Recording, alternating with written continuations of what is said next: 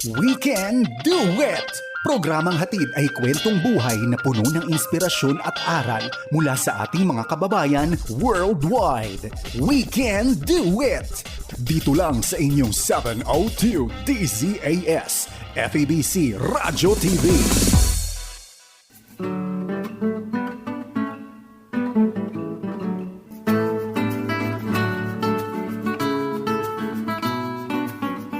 From Southern California, the Far East Broadcasting Company presents We Can Do It!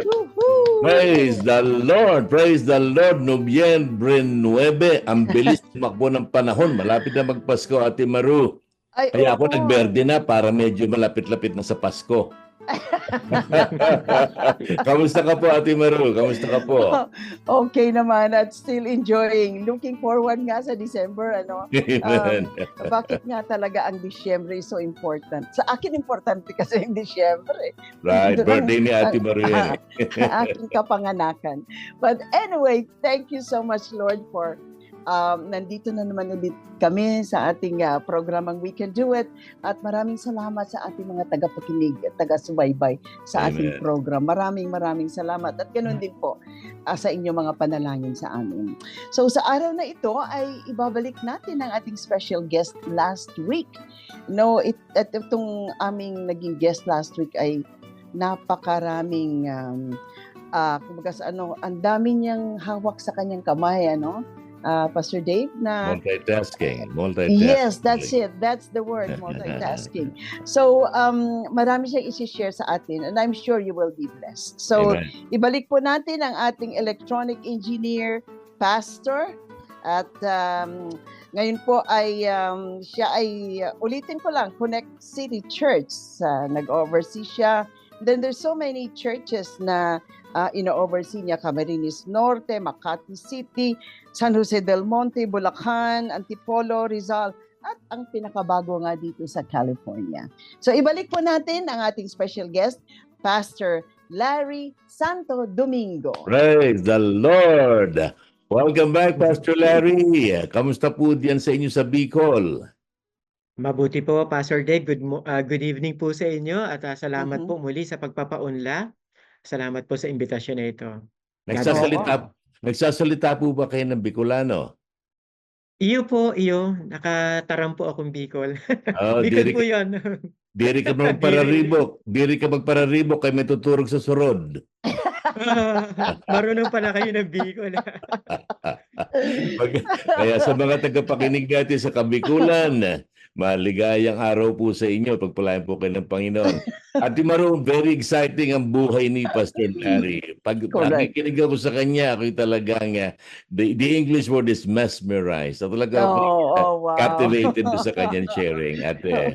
That's right. So, Pastor, without further ado, narito na naman ulit kayo. Ikwento mo sa aming Pastor the ministry that you are involved with, and then paano mo ginagawa ito? What are some of the schedules that you do? And then mayroon pa kayong community involvement. So, paano mo ba tinatay up ang ministry at diyan sa community development na yan? So, we'll take it away, Pastor. Magandang gabi po muli at marami pong salamat sa sa inyo po, Ate Maru at Pastor Dave. Sa mga nakikinig po, marahay na banggi po sa mga Bicolano. At kami po ay involved sa isang NGO na ito po ay tinatag noong mga 2000. Simula po kasi actually ito nung kami po ay mapunta sa nagkaroon ng mission exposure sa amin diyan sa Batangas sa mga Badyaw. Yung amin pong leader noon, aming senior pastor noon, ay dinala kami doon na pinatulog kami ng 2 gabi yata yun, kung nagkakamali. 2 gabi at hinihiwalay niya kami doon sa mga bahay ng mga Badyaw upang malaman kung ang kultura nila. So nakitulog kami, nakikain, nakisayaw. Meron pong sayaw po na ginagawa every night, yung tinatawag nilang Eagle Night. Eagle Night. Eagle Night, yun po yung parang community dancing nila at naging bahagi po nun. So, na-enjoy po namin yun kasi parang nung time po na yun, kaming mag-asawa noon, bagamat kami po ay hindi pa po kami noon nagpapastor, ay nakita po namin na may ganito palang community, na meron palang mga tao na sa Pilipinas na matatawag nating tinatawag na unreached Mhm. or underreached. So, simula po noon, namin maganda 'to, na parang ma-expose tayo do'n sa ibang community. Kaya yung desire po namin na tumulong ay dinala po namin nung kami na po ay nagpapastor. Sinabi namin do'n sa aming senior pastor noon sa Australia na, "Ay sasama namin ito sa inyong itinerary. Pag-visit niyo rito sa, Pilipinas." Dinala po namin sila doon. At during that time po pala, nangungusap na sa kanya ang Panginoon na gumawa gawin niya yung matagal niya ng sinusulat, yung pong sa community, paano makatulong sa community na hindi lamang, katulad ng sinasabi po na give a man a fish, kundi Mhm. teach him how to fish. So simula po nun, nilagay niya po yun para mabuo yung tinatawag na Frontline Foundation, kung saan Hmm. ay ang amin pong goal ay ah, touching a community one at a time. Kasi alam ko po napakaraming community, pero hindi namin magagawa lahat-lahat 'yan sa aming sarili. Kaya partner po kami noon sa mga churches at nabuo nga po itong foundation na ito. At ang goal po ay make a difference sa bawat community. Isa-isang community, one at a Mhm. time. Hmm. So, ang una pong naging beneficiary ay yung pinuntahan po namin na Badjao community noon sa Batangas. Sa Batangas City po yun. Kaya ang ginawa po nun ay kung ano po yung kailangan nila, yun po yung tinutugunan na. Dahil nga po itong mga Badjao ay usually nangingisda, pero no Mm. time po na yun, hindi na lang po sila nangingisda, natuto po silang magnegosyo, no? Kaya Hmm. yun po ang tinulungan, paano sila makapagnegosyo. So, pinahiram po ng puhunan. Kaya po hindi na lang po sila nagsisisid, kundi naging barter, nagkaroon sila ng barter, to the point po na ilang taon po yun, hanggang sa magkaroon ng bunga na makapagtapos po ng pag-aaral, yung Mhm. pong mga anak nila, at meron nga po naging teacher sa isang, I think, university sa Yeah. Batangas, na nakapagtapos po siya through the help po nung NGO in partnership po doon sa ministry na naroon sa Batangas. Meron din pong nakapag-abroad, nakapagtrabaho sa Middle East, ng mga badyaw po na hindi na lang po sila nangingisda, kundi naging parang ano na rin po siya, na-employ. Tapos Oh. yun po, meron din pong community sa Antipolo no, na kung saan may ministry din po kami Mhm. na binigyan po ng puhunan para magkaroon ng tricycle o kaya yung anumang maliit na negosyo ay Wow. matulungan po sila. So ito po yung ginawa po namin noon sa foundation, na nakikita dahil nga po doon sa konsepto na hindi lang po turuan o bigyan ng fish o ng puhunan, kundi matutong through that ay Correct. magi po siyang independent, no, hindi Mhm. Mm. aasa sa binibigay lang ng iba. So, gano'n din po ang ginawa namin dito sa Camarines Norte, na nung pasimula po ang gawain dito, we tie up with this foundation. Bagamat merong set of officers po kasi itong foundation na 'to, na nakikipag-partner po kami sa mga simbahan. And Hmm. especially po yung amin pong organization, yung Connect City Church. Kaya Mhm. po Mm. Mm. yan po ginagawa ng foundation is, ah, tying up, partnering with, local churches in one community. So yung pong sa San Jose del Monte, gano'n din po ang ginawa namin. Bukod po dun sa church ministry ay naroon po yung, tulong po ng, community ng, amin pong foundation, aming organization. Mm. So Mhm. gano'n din, Mhm. ganun din po ang ginawa namin sa iba pang mga community na nagta-tie up po kami. So, bukod po dito sa mga churches po na ito, sa iba't ibang lugar, ay Mhm. pinapartneran po namin siya ng ito pong NGO namin. Yun po ang aming Mm. ginagawa. Yeah, yeah, yeah. But do you have a chance to talk to them about the Lord?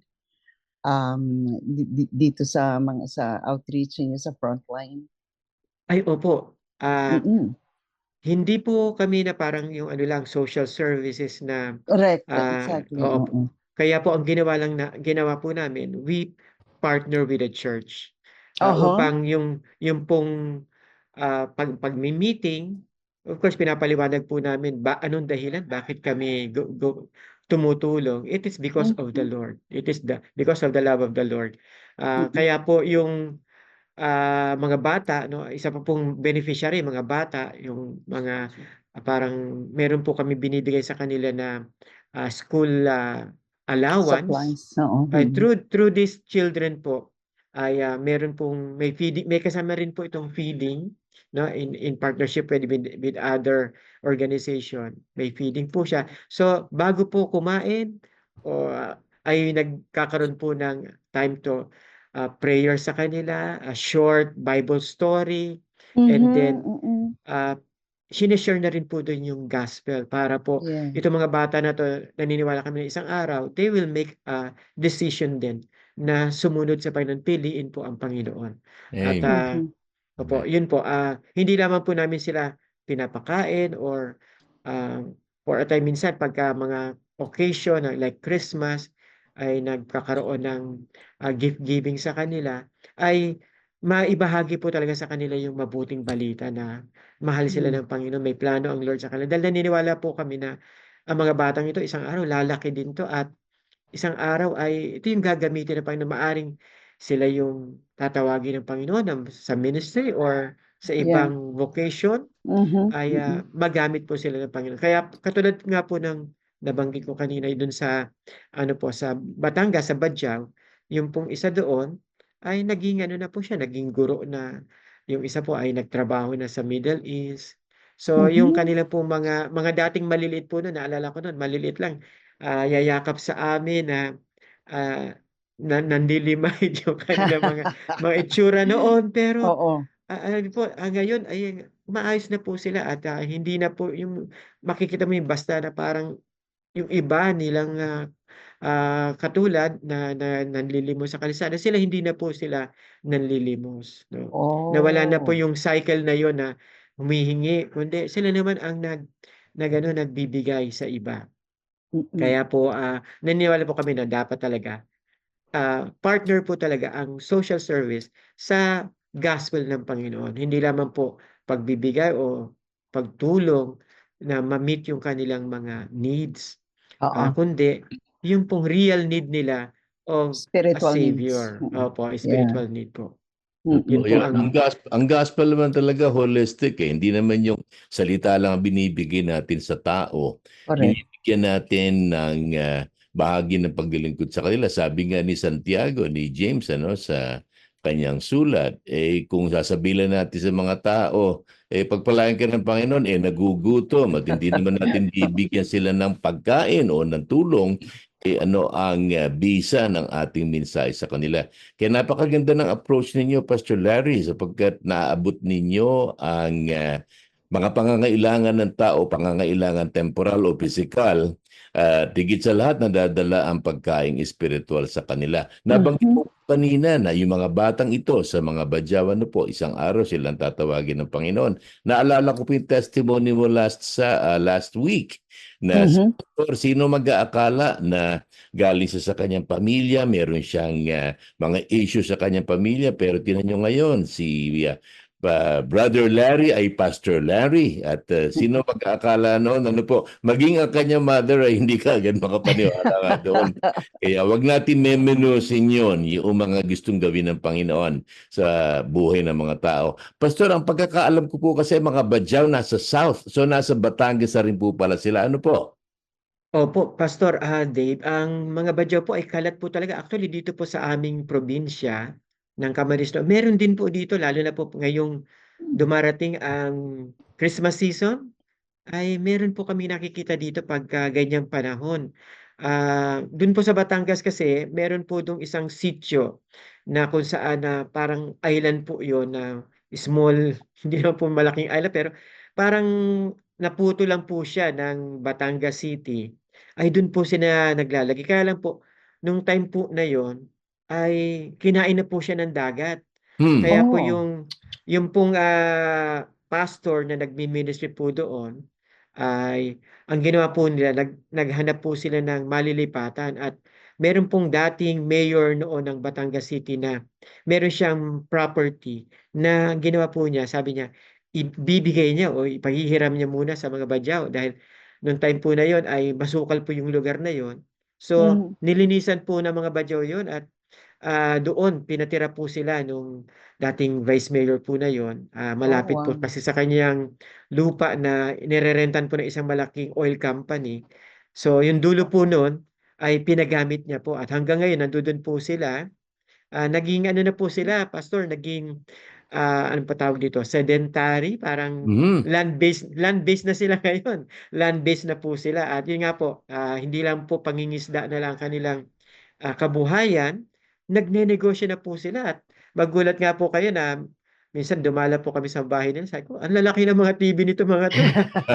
Talo pa kami, merong malalaking TV, may mga ref. Sabi ko, "Ba, buti pa kayo may mga ganyan." Kasi nga po natuto na po sila na, Mm. maghanap buhay maliban po doon sa kanilang, nakagisnan na pamumuhay at lalo na po na ginagawa po nila dati na panlilimos, hindi na po nila ginagawa dahil natuto na po sila na magnegosyo, mga negosyante na po sila ngayon. Wow. Ah, Wow. Ang transformation nila, no, hindi lang sa siyempre buhay espiritual, pati sa kanilang Mm. buhay pinansyal, yung Correct. kanilang social life, nagkaroon ng transformation. Iba talaga ang nagagawa ng ebanghelyo. Talagang binabago ang tao. At Mm. kahanga-hanga, Pastor, yung inyong ginagawa, isa lang ito sa inyong napakaraming ministries. May mga churches pa kayo sa Camarines, meron. Oo. Kanina na-overhear ko na pati sa Northern California, ano po, napakarami ng ginagawa ng Panginoon sa inyong buhay. Pasadahan po natin yung ibang mga churches. Paano niyo po napapangasiwaan ang mga iglesyang ito, Pastor? Ayan po, Pastor Dave, sa tulong po ng Panginoon ay nag nag-focus po kaming mag-asawa, lalo na po si Pastor Raquel sa mentoring, sa pagbi-build po ng mga leaders.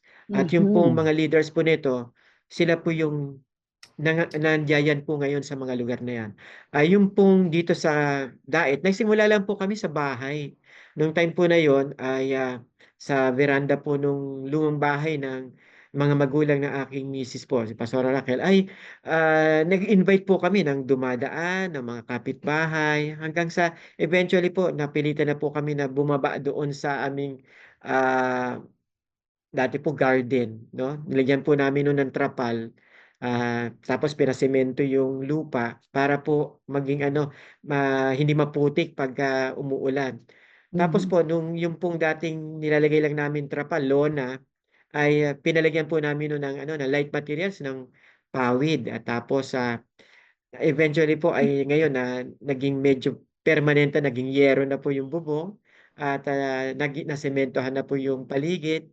So, dun po, simula po doon sa, pinakasentro po o pinaka-capital po nitong Camarines Norte na probinsya na 'to, ay nagsimula na po silang ano, pumunta sa kanilang mga lugar. Kaya, yung isa po diyan sa may isa pang munisipalidad next to our town ng Daet, yung pong Basud, na bumalik po dun yung aming, dati nasa dito lang po sa Daet, nagsimula na rin po sila dun. Kaya sinusuportahan na lang po namin sila through mentoring.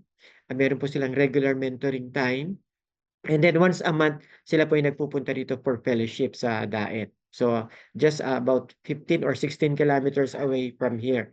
Tapos po sa ibang barangay, gano'n din po ang ginawa. Yung pong taga roon, yun po ang sinimulan nilang abutin, yung kanilang mga kamag-anak, ng mga dating kapitbahay doon. Kaya po Mhm. nagkaroon na rin po ng mga tinatawag nating daughter churches. Nagsimula po sa outreach, ngayon po ay mga daughter churches na. Yung pong dito sa amin sa Camarines Norte sa Dait po ay meron pong bali dalawang outreach or daughter church, no? Magkaibang barangay po 'yon. Mhm, Tapos po yung mm. sa Metro Manila naman po, yun yung dati po naming noong kami ay naka-base sa Metro Manila. Dati po nun isang bahay din lang yun. Hmm. So, yung dalawang pamilya po doon may pagkakatawag po pala sila sa Panginoon na maglingkod, naging pastor na po sila, Oh, eh, wow. in-appoint na po namin silang pastor kaya meron din pong dalawa doon na magka magkaibang pamilya o magkamag-anak din po sila pero magkaibang pamilya na pareho din pala silang may calling kaya mag-ano po 'yan, mag-ano ba 'yan, tawag diyan, maghipag. Disciple. Mhm. Oo, Oh, maghipag po maghipag. Yes, sila. oo. Maghipag po sila, yung isa po ay, yun po siya po yung nagpapastor din sa isang church, yung isa naman po ay yung mag-asawa ang nagpapastor.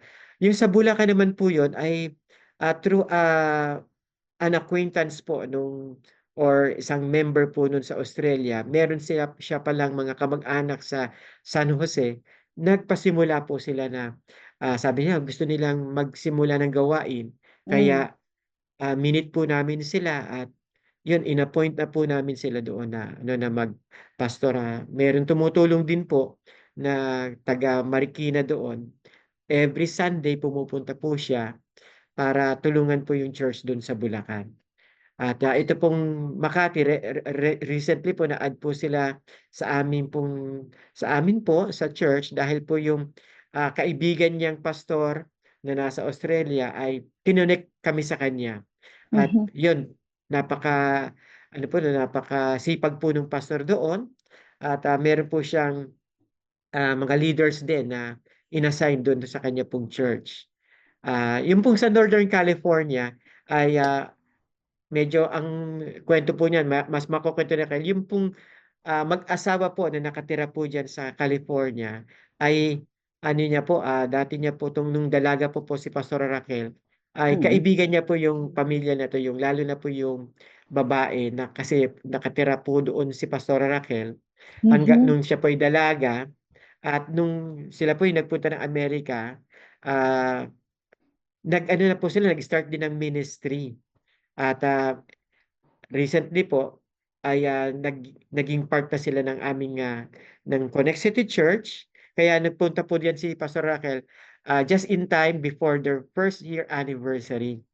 Yun po, That's right. in-appoint na po Mm. sila na, missionary pastor po diyan sa Australia, sa California. Sa Kaya po California. opo, yung pong mga ministry po na yan ay magagawa lang po talaga kung merong appoint na mga manggagawa, no? Dahil kung Mhm. kami po Mm. talagang medyo mahirap, malayo po, no? Ang mga ibang lalo na po yung nasa Metro Manila, yung nasa diyan sa California, ay talagang medyo mahirap na dalawin ng physically. Kaya, salamat sa Panginoon may ganito po na internet at, meron po kaming time na nagkakasama araw-araw through prayer.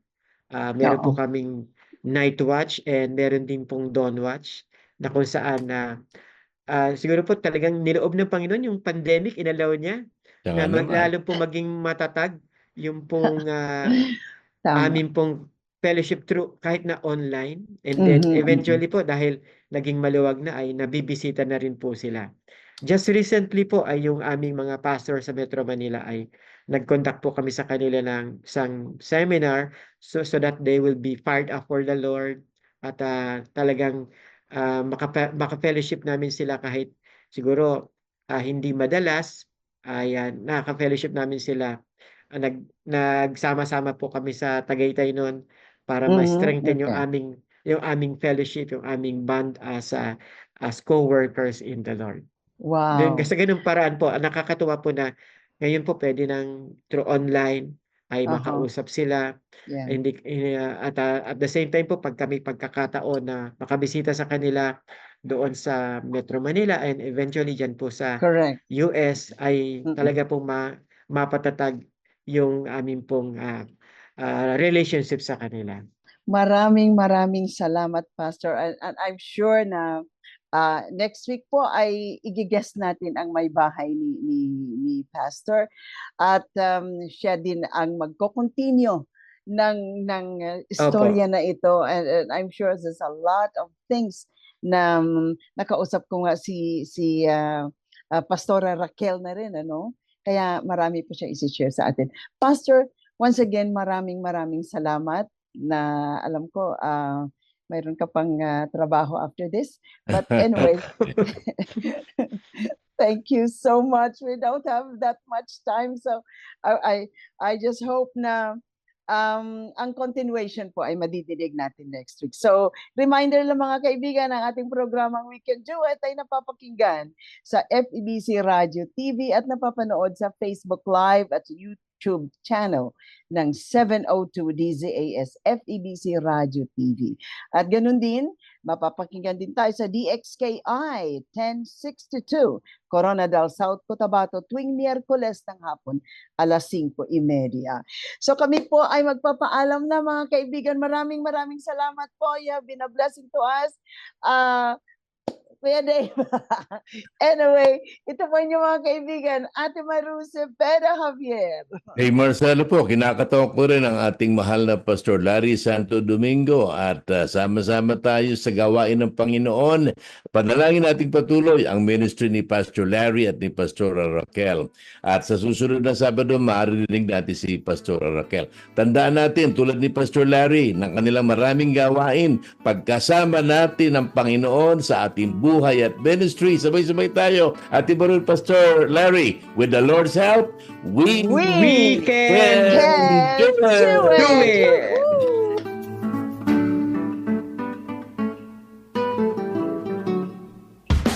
Inyong narinig ang Weekend Duet dito lamang sa inyong 702 DZAS FEBC Radio TV, agapay ng sambayanan.